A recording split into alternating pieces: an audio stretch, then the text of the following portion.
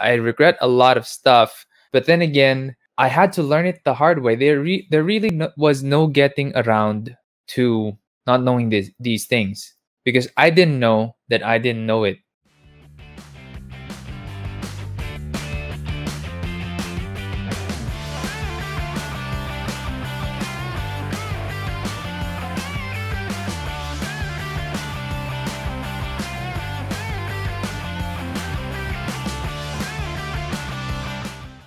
So we have one from Flo. Best advice for a tech startup founder. Best advice, always be at the edge of your game. Always be cutting edge. Technology, it's a fast-paced game. If you're not reading, if you're not researching, and you're not experimenting, because you don't take these reading materials, you don't take all of these new things that are rolled out at face value. You have to experiment on your own. Inspect what is true, so that you know what to expect out of it when you apply it or implement it in your business, either as a new product or service. So always be at the cutting edge. If you're a tech startup founder, make sure that you are there at the forefront. And if you can be the best in that field, I suggest do your best to be the best, because it pays to be number one. If you search for SEO Philippines, SEO Hackers ranking number 1 or number 2, or somewhere up there, it does pay to rank for that keyword, because it is a very important keyword in my industry. And if you can do that for your market in an honest way, because SEO Hacker, we did it white hat, we have an all ethical approach. That's why we get to keep our rankings long term. You do it with integrity. If you can get number 1 and stay number 1 with integrity, with good conviction, that pays. So if you're a tech startup founder, definitely go for that. Another question, what are the best ways to fund a startup business? From Patrick Miguel. I'm going to be a bit biased here, just because I funded it bootstrap. When I say bootstrap, it means I funded it with my savings. And during that time, believe it or not, my savings, 1,300 pesos. I know that there's a lot of hype that says you have to fund it by an investor. Get an angel investor to seed fund your idea. Get a VC to do a Series A, and all of these funding methods for your startup ideas.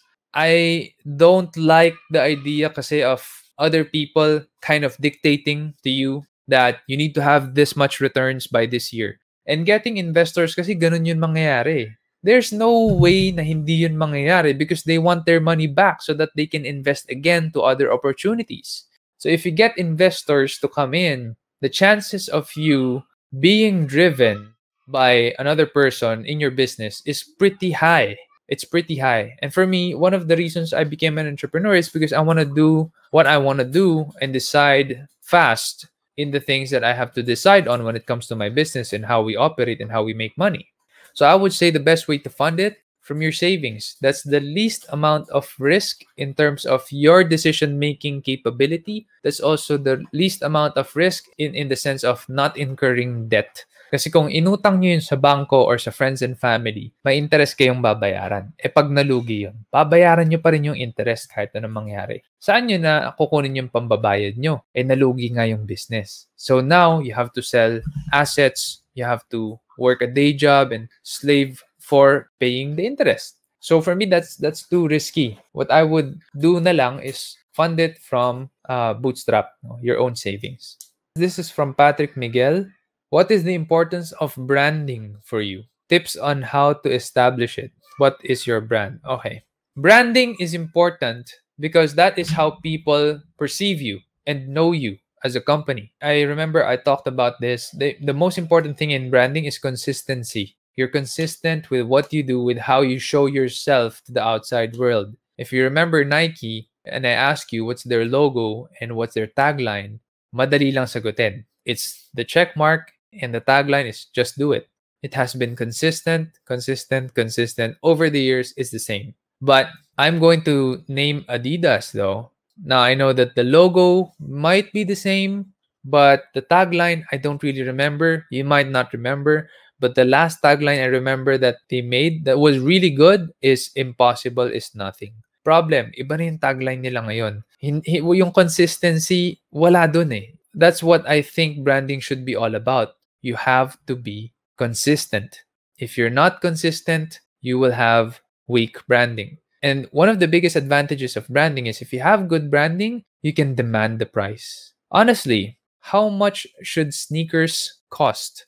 It should not cost a lot. And yet, Nike sells it for a lot. Ang laki ng patong nila. And they're making a lot of money out of it. They're even listed in the stock exchange in the US. Same with Adidas. Even if they're not that consistent with their tagline, they still have pretty good branding. They're also listed in the US stock exchange, which means they have billions in market cap. And one of their sneakers cost a lot. And that really is just because of branding. Yeah, they have good products, they have good sneakers, but a lot of companies also have good sneakers without that kind of branding. And they're selling for a much cheaper price. Branding is important because you can demand price. Same with SEO Hacker. I think we have pretty good branding, so we demand price. And a lot of our competitors follow our pricing model in our website. That's because of, again, good branding. So it is worth investing in your brand. Be consistent. Another question from Cedric Choa. What are common mistakes or flaws done by someone who aspires to be an entrepreneur?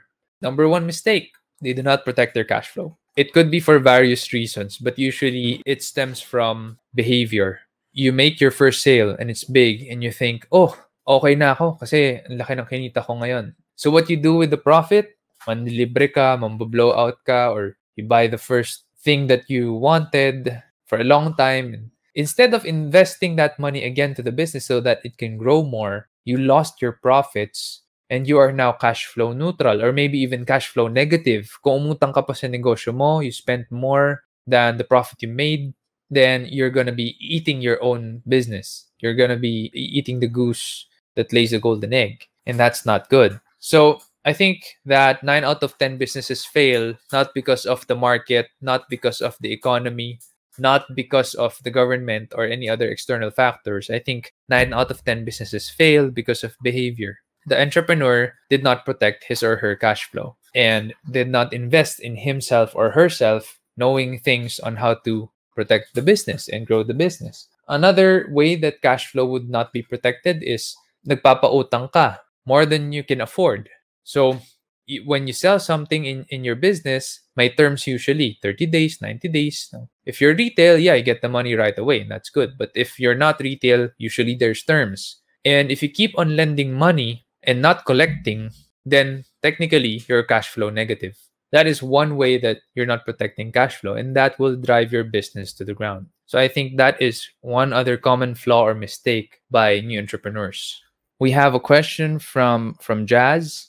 What is the one thing you really regret not knowing before you start your business? A lot, but I regret a lot of stuff. But then again, I had to learn it the hard way. There really was no getting around to not knowing these things because I didn't know that I didn't know it.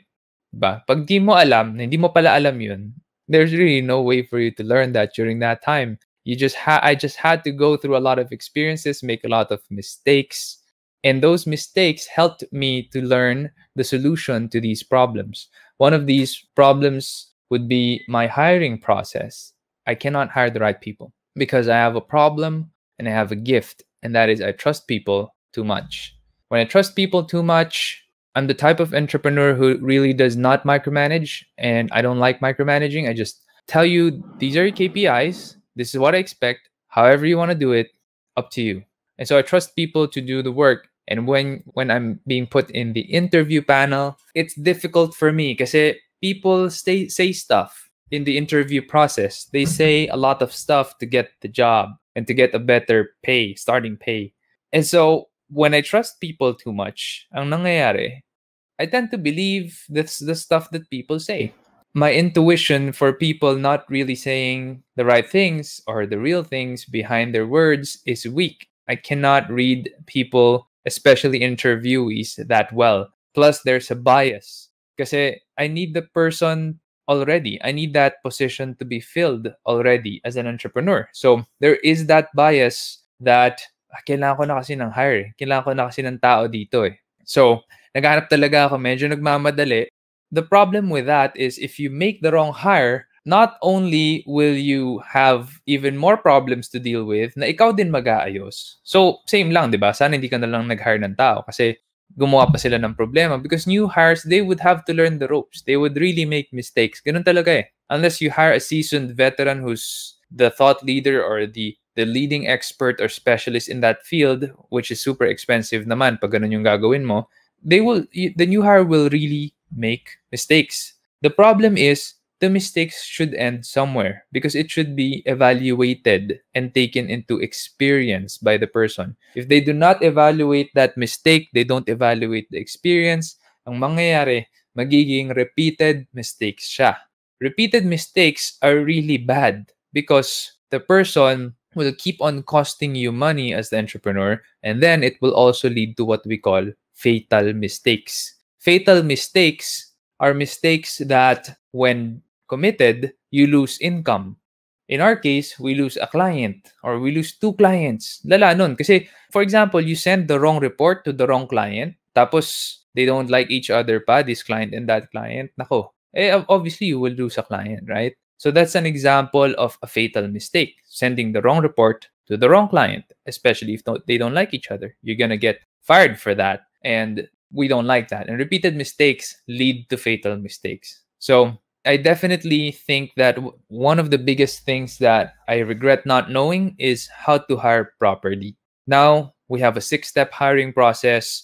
And of course, it's the pandemic, lockdowns. So what we did, we transitioned the 6-step hiring process to digital. Dati kasi people would go to the office, first interview, second interview, all the way hanggang 6th interview, which is the final interview is me, yours truly. So babalik-balik sila na office, but now it's just digital. We had to figure out how we're going to still be able to get the best people in, meaning people who really want to work and play with SEO Hacker. Not just people who are looking for a 15-30 pay, for a good 15-30 pay and fun. We don't like people like that. We want people talaga na who want to work with us, who put in the research of who we are, who looked into what we're doing as a company, who knows probably who I am and knows that I'm, pretty much everything about me kasi online naman, nandiyan naman yung website ko. People can know what I'm doing. So if the person or the new hire does not know anything about me and yung pangalan ko nasa website naman ng SEO Hacker, nakapaskill naman dun na ako yung CEO and my website is linked from there, if the person doesn't know me, that's already a bad sign that the person may be just looking for a job, a job, which is 15-30 pay. And so we usually don't accept those people. We accept people who really put in the effort because they really want to work and play for SEO Hacker. Any recommended books for entrepreneurship or business? From Monster Wings. This question is from Monster Wings. Entrepreneurship, Jim Collins' books is really good. So he has Built to Last, Good to Great. Personally, I really love Good to Great. I also recently published a book on Amazon. It costs $5.19, cheaper than a bowl of ramen, actually. And the title of my book is 50x Your Business. I haven't promoted it heavily yet because I'm still waiting for some things. Pero nasa Amazon na siya, published na siya. Pwede nyo na siyang bilhin at basahin. The title is 50x Your Business because the entire book is all about how I grew SEO Hacker from a one-man team with a capital of 1,300 pesos to what it is now, 10 years fast forward, we're a 50-man team. And the processes that I have, the 6-step hiring process that we have, it's all there. Company culture, how we built our company culture, and all the way hanggang sa in-update ko siya kasi natapos ko siya within the pandemic So there is a chapter there that talks about how to make remote work for you and your team. So I outlined there how we do remote work as well right now and how it works for us and how you can also do that for your own team or your own company. So I know it's I'm a little bit cheating because I recommended my own book, but I wouldn't recommend it if it sucks because I think you would really learn from 50x Your Business. So the book again is 50x Your Business by Shansi. It's in Amazon. We have a question from Rap. What can you say about this? When someone decides to become a very rich person, the poor person inside of him or her has to die. When someone wants to become an entrepreneur, the employee inside of him or her has to die. I don't agree because even if I only had 5 months as an employee working for Hewlett Packard, that experience, I take it with me. It did not die because I learned how to think like an employee, and I learned how it is to be an employee. I think if I didn't go through that, I would be a very different entrepreneur right now. I would lead differently, I would delegate differently, manage differently, because I can only see things from one perspective. And that would make me closed minded to a lot of people. So I don't think it has to die. I think that you take it with you and you learn from it. I think all experience is valuable if you evaluate it, diba? And you see it in a good light. I think all experience is valuable. It doesn't have to be thrown out because that's pretty much what the question is trying to say. If it has to die, you throw it out. You can aspire to be a rich person, but you cannot decide, just decide to be a rich person. So I aspired to be also a successful person way back when, but I still remember the times when I would commute from BF Parañaque, where I live and grew up, all the way to Cubao, where my wife lives before. So nung nanliligaw po ako, wala po akong kotse noon. I would take the tricycle, the jeep, the bus, the MRT, and then another jeep, and then walk some ways. So 5 sakay po papunta sa ex-girlfriend ko, asawa ko na siya ngayon. But yun, nagko-commute ako, 5 sakay, tapos pauwi, ganun din, 5 sakay din, and then lakad pa. And usually, syempre, dahil nagde-date pa kami noon, gabing-gabi na ako uwi kasi sayang yung commute ko eh. Pagod mag-commute, 5 sakay eh. So usually ang uwian ko noon mga 11 p.m., 10 p.m. or 12 midnight bago ko uwi. Marami ng snatcher, tsaka marami ng holdupper. So prayer lang talaga, no? You pray. And I dressed very normally during that time. Up until now, actually, when you see me, I dress simply lang, usually t-shirt, shorts, maybe slacks, that's it. And the reason behind that is, I would say I was quite poor before. I wasn't really rich. I would eat skyflakes for lunch and dinner. And I was super thin because skyflakes doesn't have any nutritional value. So I learned to be poor. That part of me hasn't died. I take it with me because I appreciate everything that I have now. And one of the questions in my first Leadership Stack Live was actually, how do you stay motivated? And the answer to that, be grateful. Be thankful for what you have. Have a spirit of gratitude. That's how you stay motivated. Motivational speakers, external yan eh. But if you want to stay motivated internally, have a spirit of gratitude. Be thankful for where you are. Be contented. And I would say the poor Sean inside of me hasn't died. It's because of that poor me that I appreciate where I am now. So definitely do not throw that away. That poor person doesn't have to die because that poor person will shape your perspective, will shape your mind, and will make you a better person holistically. Thank you guys.